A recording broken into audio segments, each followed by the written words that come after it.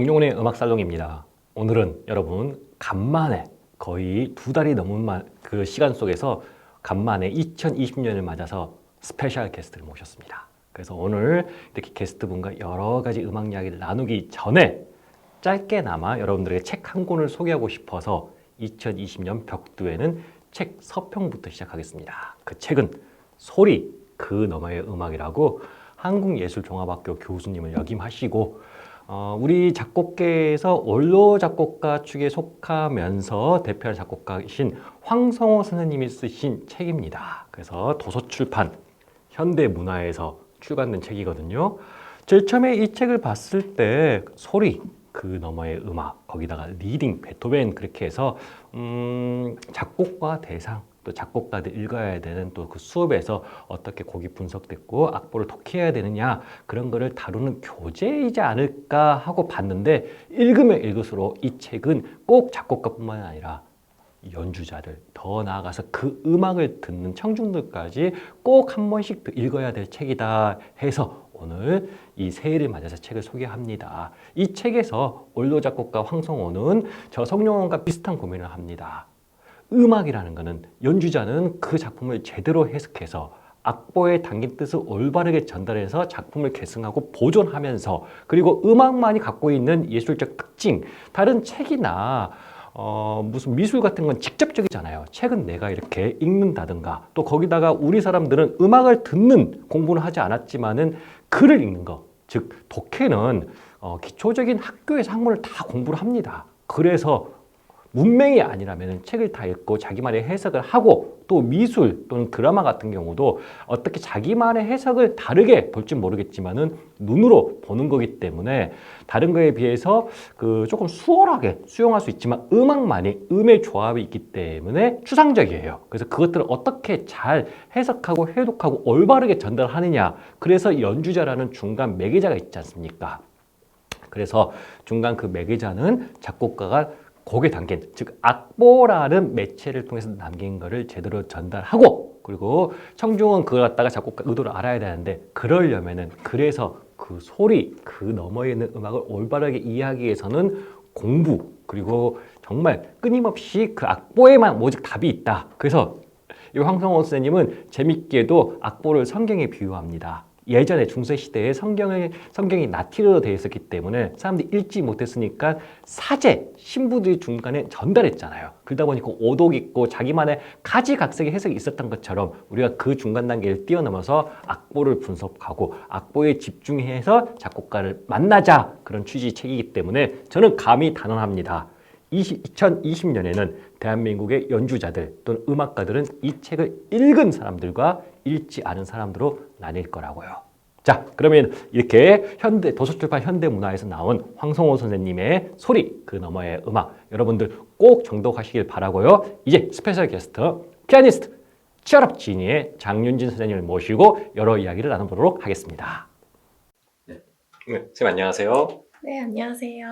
네, 우리 피아니스트 장윤진 선생님, 치얼업 지니 장윤진 선생님 오늘 오셨는데 우리 성룡원의 음악살롱 시청자 여러분들에게 짧은 인사와 함께 본인 소개 좀 부탁합니다. 네, 안녕하세요. 성경원의 음악살롱 시청자 여러분들. 저는 피아니스트 장윤진이고요. 서울시립대학교 대학원에서 석사 과정을 마치고 지금은 현재 SW 아트컴퍼니 소속 아티스트로서 활발히 활동을 하는 피아니스트입니다. 그 선생님 재작년인가 치얼업 진이라고 뮤직비디오도 네. 만들고 그러셨는데 그 석사까지 하고 유학을 안 가셨네요. 네, 예, 그리고 그렇죠. 지금 활동하고 계시는데 네. 어떤 활동을 현재 활발하게 하고 계십니까? 현재 이제 SW 아트컴퍼니의 살롱 콘서트도 많이 출연하고 있고요. 그 외에 이제 강연이나 뭐 그런 연주 활동을 주로 하고 있습니다. 그러면은 보통 우리가 음악계 엘리트 코스라고 그러면은 네. 석사까지 하고 나거나 아니면 학부를 마치고 유학을 가는데 선생님은 그러지 않은 네. 약간 경로인데 그러면 다른 동년배 피아니스트들과 어떤 차이점이 있어요? 사실 모든 음악가들이 제일 하고 싶고 목표로 세워뒀던 게 무대라고 생각을 하는데 그렇지 못한 현실 때문에 제 동년배 피아니스트들 보면은 또 그냥 아이들을 가르친다거나 학원에 취업을 해서 일을 한다거나 그런 안타까운 현실을 겪고 있죠. 왜요? 왜 이렇게 무대에 설 수 있는 게 클래식 음악계는 힘드나요? 사실 되게 그렇게 바라보고 시작을 했지만 무대를 음, 선다는 것 자체가 음, 내가 노력을 하고 연습을 해서만 될 수 있는 게 아니라 네. 사실 금전적인 것도 많이 필요하고 관객을 소유하는 것도 굉장히 힘들거든요. 그래서 그런 것들이 다 동반되지 않기 때문에 이제 사람들이 조금씩 포기를 하고 생계적으로 이제 힘들기 때문에 일을 하지 않나 그런 생각이 듭니다. 음, 아까 선생님 말씀 중에 무대를 꿈꾸고 다 처음부터 이렇게 시작을 했는데 현실은 그러지 못하다고 그랬잖아요. 네. 그런 이유가 뭡니까? 그러면 지금 이렇게 많은 피아노를 배우고 있는 학생들은 어떤 희망과 어떤 전략을 가지고 있어야 될까요? 제 생각에는 이제 그런 애로점이 있다 보니까 사실 뭐 지금 사회적인 현실도 그렇게 좋진 않잖아요. 취업난도 있고 많이 겪고들 있고 클래식계도 마찬가지거든요. 그래서 일단 첫 번째는 많은 관심이 필요한 것 같아요. 관심. 클래식에 대한 예. 대중들의 음, 관심이라던가 음, 그런 게 조금 대중화되면은 음, 클래식을 찾고 하고 싶어하는 친구들이 많지 않을까 생각이 음, 들어요. 음, 그래서 음, 그렇게 하다 보면은 자연스럽게 음, 이제 피아노도 배우고 싶은 사람들도 많아지고 음악을 하고 싶어지는 사람들도 많아지기 때문에 음, 저희들의 이제 후배 양성에도 도움이 음, 될 것이고 음. 그렇게 생각이 듭니다. 그러면 그 관심이라는 측면에서 아까 선생님이 연주하셨고 뮤직비디오 치열업 진이도 봤는데 그러면 선생님은 그 관심을 끌어들이기 위해서 다른 피아니스트가 어떻게 다른 활동을 하고 계세요? 저는 일단은 제 이번 2020년 목표이기도 한데 저는 소통하는 피아니스트가 되고 싶어요. 일단 클래식이라고 하면은 굉장히 이제 뭐 케이팝이나 이런 것들보다는 무겁게 다가오시는 분들이 대부분이잖아요. 네. 그리고 사실 이렇게 생활화되지가 않았어요. 그러니까 가볍게 그냥 들을 수 있는 그런 거라고 생각을 안 하시고 굉장히 뭐 예술의 전당이라던가 그런 큰 홀에서만 이제 들을 수 있는 그런 곡이라고 생각하시는 분들이 많은데 네. 저는 이제 이런 작은 홀이라던가 셀럽 음. 콘서트를 통해서 사람들과 연주만 하는 게 아니라 소통을 해서 이제 좀 더 대중화를 시키는 게 저의 목표이고 예. 그렇게 하고 있다고 생각을 합니다. 예. 그렇군요. 그러면 소통, 관객과 만나는 대중적인 그런 거는 선생님께서 다 충족을 하실 수 있는데, 다른 반면에서 유학을 가는 이유가, 또 어떻게 보면은 근본적으로 공부 때문에 가는 거 아니겠습니까? 피아니스트로서의 약간 끝없는 갈증, 예, 공부로서의 탐구, 뭐 그런 거에 대한 아쉬움, 뭔가 갈증, 그런 건 없으세요?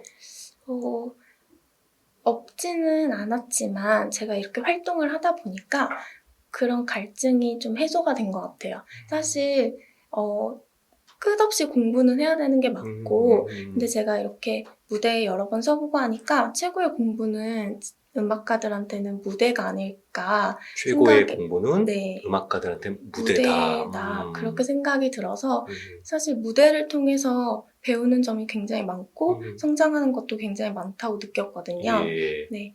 그래서 이제 그런 갈증을 점점 무대를 통해서 해소를 하고 있죠. 그럼 유학을 가서 뭐 더욱더 정통적으로 피아노 배우는 것도 좋지만은 그 현장에서의 직접적인 배움을 한다고 했는데 그러면 선생님 좀 어려운 질문이 될 수 있겠지만은 우리 시청자 여러분들 또는 입시생 여러분들에게 무대에서 배웠던 게 뭔지 그 간단하게 좀 말씀해 주실래요?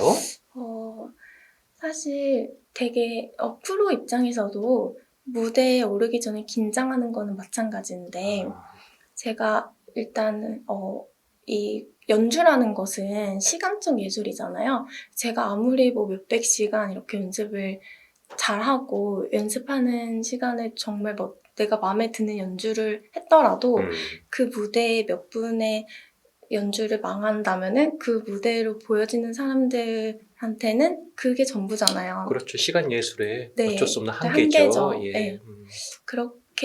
그렇기 때문에 더욱더 긴장이 되는 거는 사실인데, 모든 아티스트 분들이 다 그럴 거예요. 예. 근데 이제 그거를 넘어서서 음, 내가 정말 무대에서 집중을 하고 관객들에게 나의 음악을 들려줘야겠다 생각을 하고 그 마음이 전달이 되는 순간 얻는 게 되게 많거든요.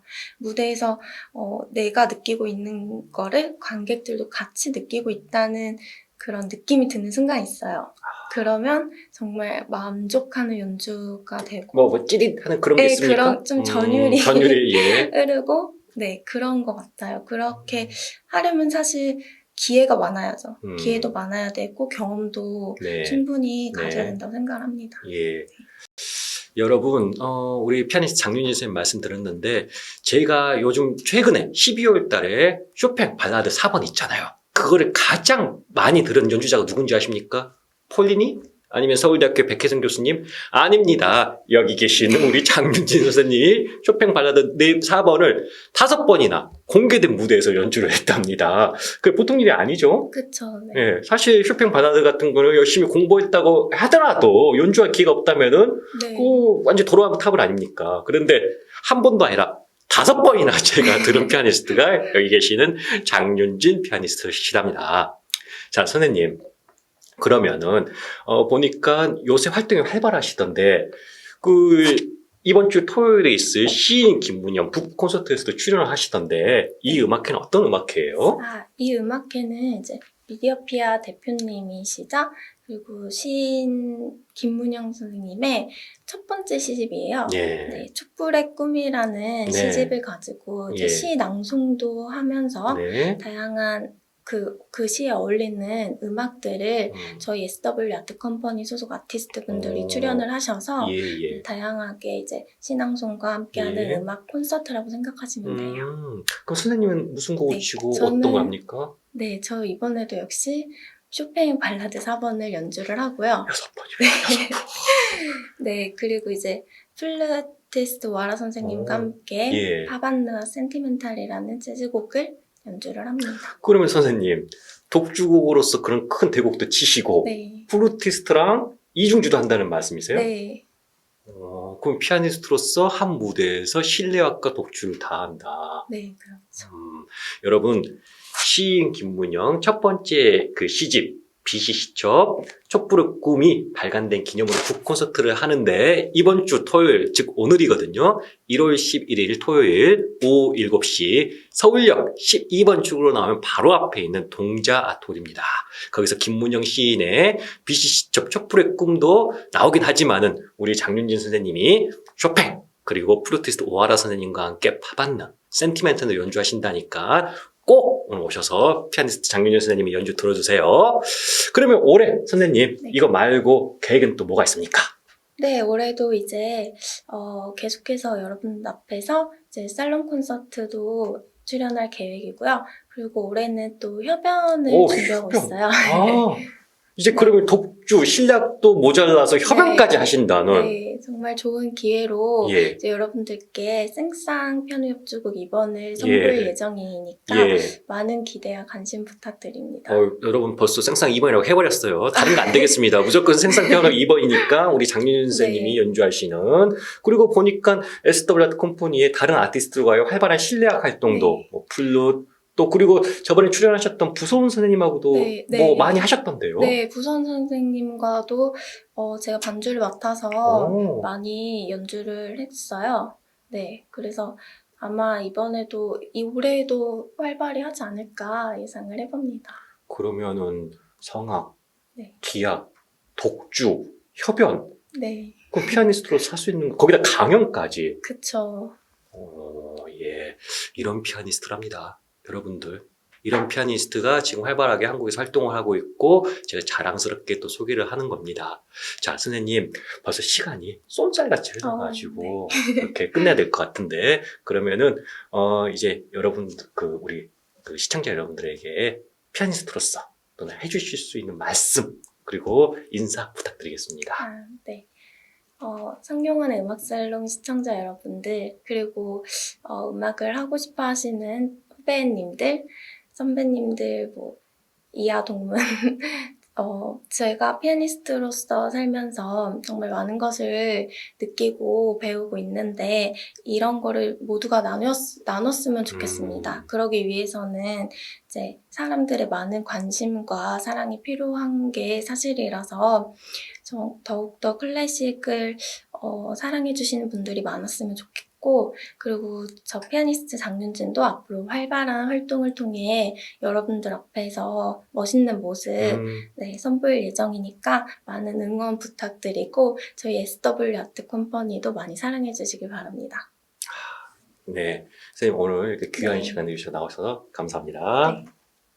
자, 여러분, 그래서 마지막으로 아까 말씀드렸던 피아니스트 장윤진이 연주하는 치얼업 지니 3포 세대, 그리고 동년배의 우리 청소년들에게, 청년들, 우리 그 대한민국 국민들에게 희망과 연결되는 메시지인 치얼업 지니 뮤직비디오 보고 오늘 성룡원의 음악살롱 마치도록 하겠습니다. 여러분, 감사합니다.